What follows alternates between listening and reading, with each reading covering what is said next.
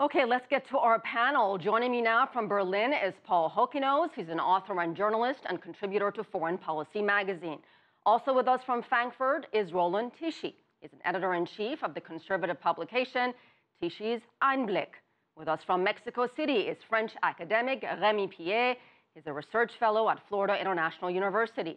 And here in our Washington studio is Edmund Ghareeb. He's an internationally recognized expert on the Middle East. Welcome to all of you, gentlemen. Paul, let me begin with you. Angela Merkel's government back from the brink, or is it? And what happens if the Social Democrats are not on board? Are we back to square one at that point? Yeah, well, we could be. It's a very complicated and to be quite honest with you, bizarre situation. I mean, there's a topic here, migration, which is not one of the major topics facing Germany at the moment. In fact, only about 50,000 refugees have reached the German borders this year.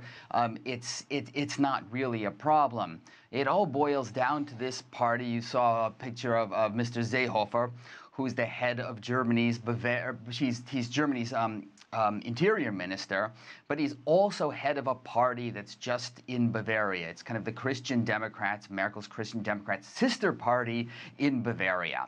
And they're running scared because the far-right party, the AfD, the Alternative for Germany, did quite well in the national elections last year in Bavaria. And if they're going to be Bavarian elections again later this year in the fall, and if that were to happen, it would be clear that this party, the Christian Socialist Party, Seehofer's party, would lose about 10% to this far-right party. It would still be by far the most popular party in Bavaria. It would still rule in Bavaria, but probably with a coalition partner and not having a full majority. So this is really what it's about. He has pushed not only Merkel's government, but the EU down a certain road, which has gone at least partially with him. I think it's going to have huge implications for what the EU is and what Europe is all about. Even though Merkel made huge concessions to him, he insisted this wasn't enough, and even further concessions were made. So this has terribly weakened Merkel's government. But I think it's also, I think it's weakened the EU. I think it's weakened the Federal Republic, because the Christian Democrats, Merkel and Seehofer, have done nothing but play right into the court of the far right. And you see in opinion polls that the far right is now stronger than it's ever been. Roland, let me get a reaction from you. Is the far right, in fact, stronger than it has ever been? Well, I guess the thing is that lots of voters are scared about this great number of migrations since the last 3 or 4 years.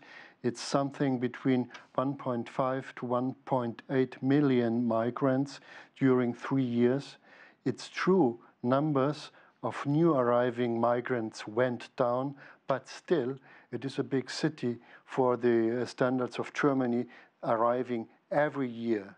And it is Angela Merkel's open border policy with which many people do not agree any longer.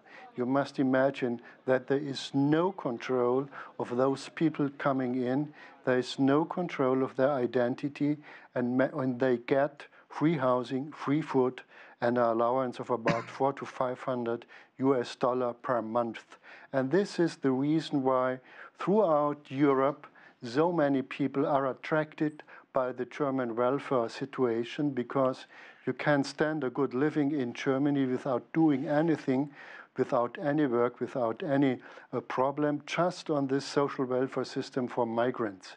And the reason is, can Germany shut down this attractiveness to migrants? And this is the one dimension of the struggle of Angela Merkel, and more of the voters are against this. It's not only that this is a far-right thing, it is a controversial discussion which is in the midst of the population. And as a matter of fact, as Paul said already, that's really so much nonsense.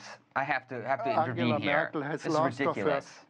That's not true. Paul, What you're saying is Paul, simply let not true. Roland finish his thought. We'll be with you shortly. What's not true? Brand new polls show today that 2/3 of Germans don't think that this is a major topic. There are lots of topics much more important than this. New polls have shown this isn't that important. This must be a totally new and parties like the CSU have lost support by pushing this so far. The reasons for migration are war, are conflict, are famine, are drought. There's 66 million refugees in the world today. This is a major problem, and just by showing that there are only 50,000, you say 1.5 million over 3 years. The European Union is 520 million people, 1.5 million people who are seeking asylum, and they are being controlled, and their claims for political asylum are being taken seriously. Gentlemen, if we can't talk over each other, we're not going to be able to understand. They are sent back. Gentlemen, okay. Sorry, this is not a good discussion if you just write down like this. So, as a matter of fact, 70% of the people do not agree with the government's policy. All right, so let's not get bogged down in the numbers. Gentlemen, we got to stop this. We got to stop fighting like this. Remi Piet, let me go to you. Sir, Roland, let's get it a word from Remi Piet, who's been patiently waiting to speak. Remi, your thoughts on this, and is migration still a big problem in Germany? Let's get back to some basic facts here, okay? Go ahead, Remi. One second. So basically what happened is Merkel in 2015 welcomed 1 million refugees during the Syrian crisis. That was a bold decision. It's actually a decision that was in the long term in the interest of Germany because of a basic demography issue and economic issue in Germany. They need more migrants to arrive. Now, this was in 2015. The numbers of immigrants that have arrived in 2017, 2018 is not even 20% this amount. So we have really a reduced number of migration arriving in Germany. When you actually look at those numbers, when you look at the element also, which is the classic discourse that you have inside Germany, that migrants could be causing a series of different issues of insecurity, for example. When you look at insecurity, it's at a 25-year low in Germany. The issues are not about immigration being the central issues in Germany. It's about, indeed, the author using this for his own personal interest in Bavaria, making sure his party is still re-elected and taking advantage of the very weak coalition that Angela Merkel has now following the recent election, when she has to actually follow up the interests of specific members of a coalition. Could we go back to the facts? Gentlemen, I would very much like to go back to the facts. Germany took 60% of all European refugees during the last 3 years. And as a matter of fact, it is 1.6 to 1.8 million. It's true that the numbers of newly arriving goes down, but they will hit the number of 2 million next year, and this is a lot, and this is a great number. It is nonsense to talk about demographics, because almost all of those immigrants are illiterates, and they are without Wait a second, any Roland, chance they're on not the all workforce, labor force. Some of these migrants are highly educated. You can't label all of them as uneducated. As a matter of fact, there are some. The great number is not well trained. The great number is illiterates, cannot read or write, cannot speak German, and they don't have any chance on the labor market. Let's switch gears and actually talk about. Can I respond to this? Go ahead, quickly, please. We want to get to Edmund. I'd like to respond to this. Well, I mean, actually, Germany has had really good experience over the past 3 years of integrating refugees. They're given many hundred hours of language courses. They're put into training programs. And economic institutes, there's research that shows that over a 4 or 5 year period, that up to 50% of refugees can be put into different kinds of jobs. So this is helping Germany, which right now is suffering an acute shortage of labor. There are 1.6 million jobs that are unfilled. There are 50,000 spots in apprenticeship programs. So, I mean, these aren't the kind of immigrants that Germany would most like to have to fill its workforce. Of course, they'd like people to come, immigrants to come from developed countries. All right, I'm going to go to Edmund now. With contracts in their hands and not over borders. But still, Germany has had very good experience in Gentlemen, we got to get a word in from Edmund Ghareeb here in our Washington studio. So clearly a big difference here between the numbers and how these migrants perceived by just watching our program the last few minutes. So the numbers we have is the refugee numbers in Germany are actually down to levels not seen since before the crisis in 2015. But a surge in numbers, Edmund, from Libya. We are still seeing great number of people risking their lives, losing their lives from Libya, escaping war, poverty. Your assessment, sir, so far of the European response? First of all, what we've just heard, this is a perfect example of the polarization that exists now and is emerging within Europe. We are seeing the rise of the right, the rise of populist movements. We saw the victory of the leftist party, the Five Star, and the rightist party, the Northern League in Italy, who came to power, who are very unhappy with the EU, with the bureaucracy in Brussels, with Angela Merkel, and with many, many other policies of Europe. At the same time, we are seeing what you just talked about, where the Europeans now are trying to block the coming of refugees. But one thing that I think is extremely important, and we must pay attention to, there's no doubt that the part of it is identity politics. Part of it is concern about economic issues. Part of it is about culture. Part of it, for some, it's religion. We've heard there are reports that Mr. Seehofer, I may be wrong, but he's supposed to have said that Islam has no place in Germany. And at the same time, what I think there's no doubt that the Germans needed these migrants, many of these migrants, some of them skilled, very highly skilled, some are unskilled. So they're both there. At the same time, I think there's something else. The Europeans have contributed to this problem of refugees by supporting US policies, the interventions in Syria, the intervention in Iraq, the wars in both of these countries, the intervention in Libya, the problems that we are seeing in North Africa and other parts of Africa, and the violence, the turbulence that these people are witnessing.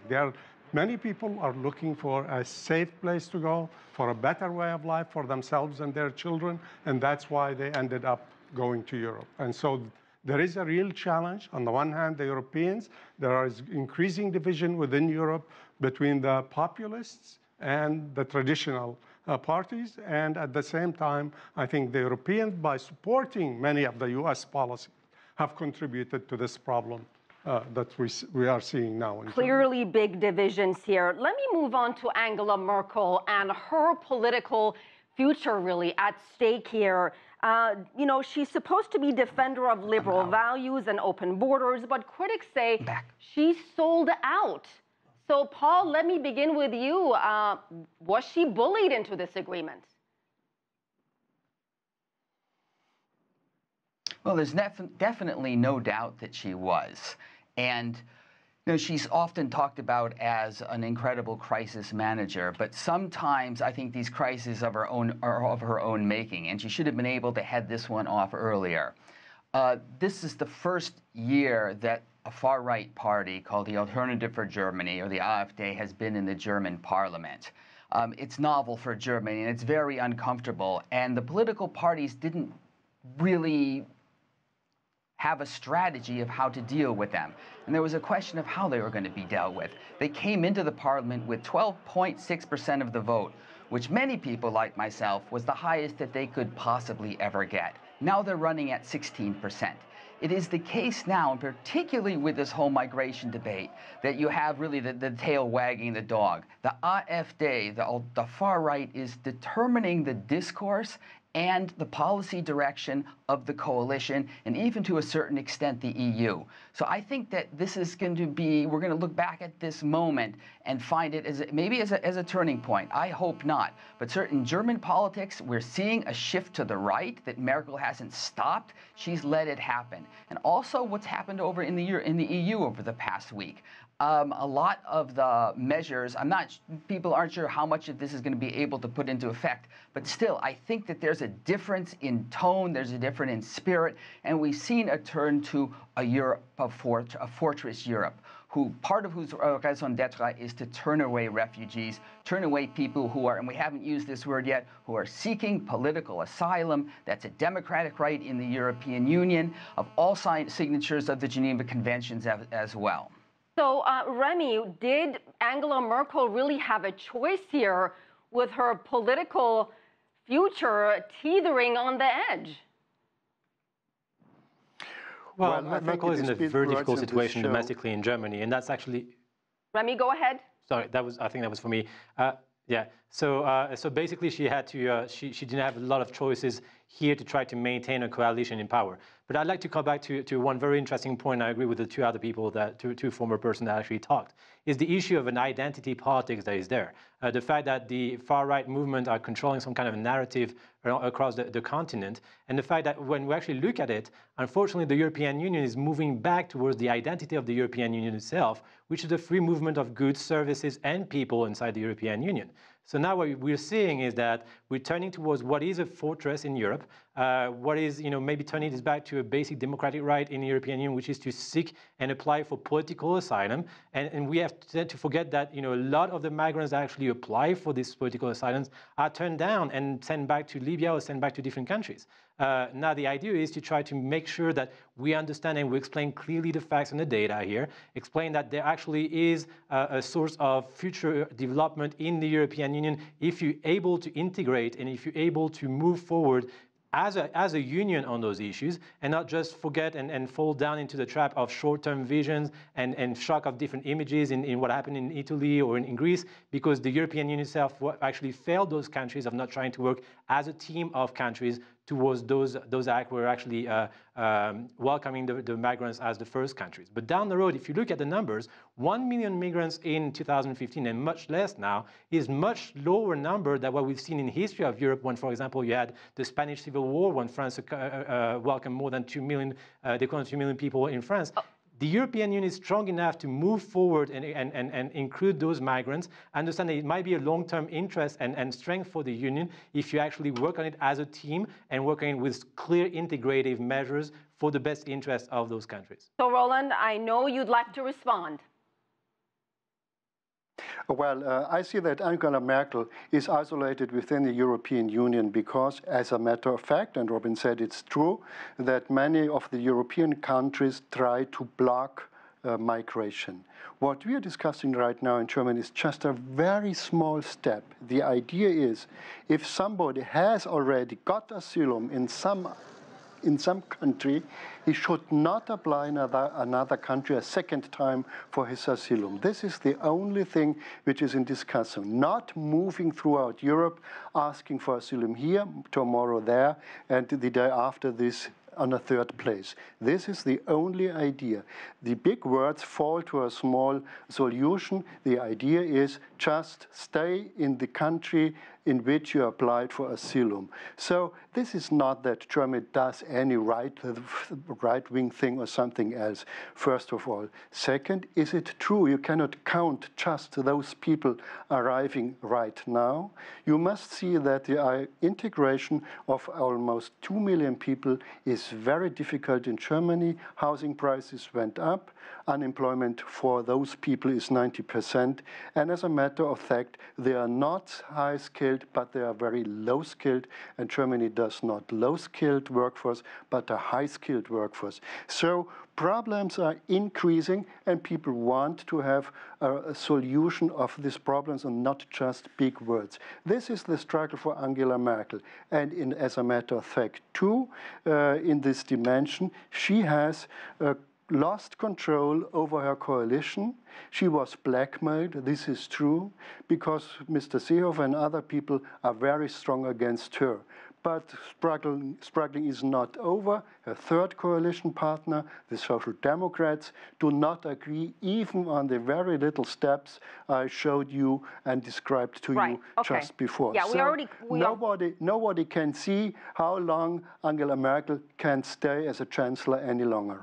All right, so let's talk about what a weakened Angela Merkel means. How is she going to be on the global stage if her position as one of the more rational voices in Europe? I mean, she's been in power for 13 years, one of EU's most experienced leaders. I mean, Edmund, when you look at this, are you concerned about a weakened Angela Merkel, especially dealing with issues like trade, Iran nuclear agreement, NATO, and of course, Donald Trump? Absolutely. You just put your finger on a number of the issues. I mean, here she was almost about a year ago. Everybody was talking about Angela Merkel as the head of Europe, the leader of Europe, of the EU. And yet, look where she is now. She's facing a challenge within her own coalition. She's facing a threat to her survival, to the survival of that coalition. She might be able to bring the Green Party in, but let's see what happens with the current coalition. But the point is here is that Angela Merkel is much weaker than she used to be. And with that, in fact, the EU itself is much weaker. We're seeing challenges from countries like the Czech Republic, from Poland, there's a new populist government even in Austria, there are Slovenia and Italy, and there are differences with other European powers. But Angela Merkel represented a certain idea of openness, in a sense. This was what she was hoping her legacy was going to be, bringing and integrating these refugees in Germany. But to be fair, on the one hand, also, the fact that there were terrorism, although these incidents were small, nevertheless, they were blown up and they had an impact, even now, still having an impact on the German public and on European public, those incidents.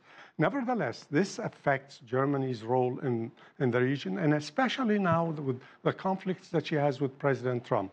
There are conflicts over tariffs. There are conflicts. The president has just written a letter, a very tough letter to several European leaders, including Angela Merkel, where he said she's not paying, Germany is not paying her fair share, the 2% that and this is just a few days before the NATO summit, by the way. Exactly, and his language was very sharp, where he said that she should not do this because others see her as a role model, and if she doesn't put in the 2%, then others are going to do the same thing. And basically, on top of all of this, it seems that Trump and Putin are meeting also, and that will have its own consequences. Well, let me focus on two things that we don't hear a whole lot about these days: humanity and moral authority. Is it a thing of the past, especially for Europe, a continent so rich, full of resources? Is it simply turning its back to these migrants and refugees for whatever reason they're fleeing their home countries? Paul, let me go to you first. Well, I mean, until now, it appears that Angela Merkel had tried to keep up the kind of a minimum amount of humanity and sympathy, for the people who are fleeing political persecution. I think there's a change right now. I mean, it's certainly nobody these days are talking about, in moral terms, about the problem. And it's simply seen, refugees are talked about as a cultural blight, as terrorists, as potential criminals. You see very little empathy on the top level. At the same time, though, I mean, I don't feel this here on the ground in Berlin or with the people I talk to.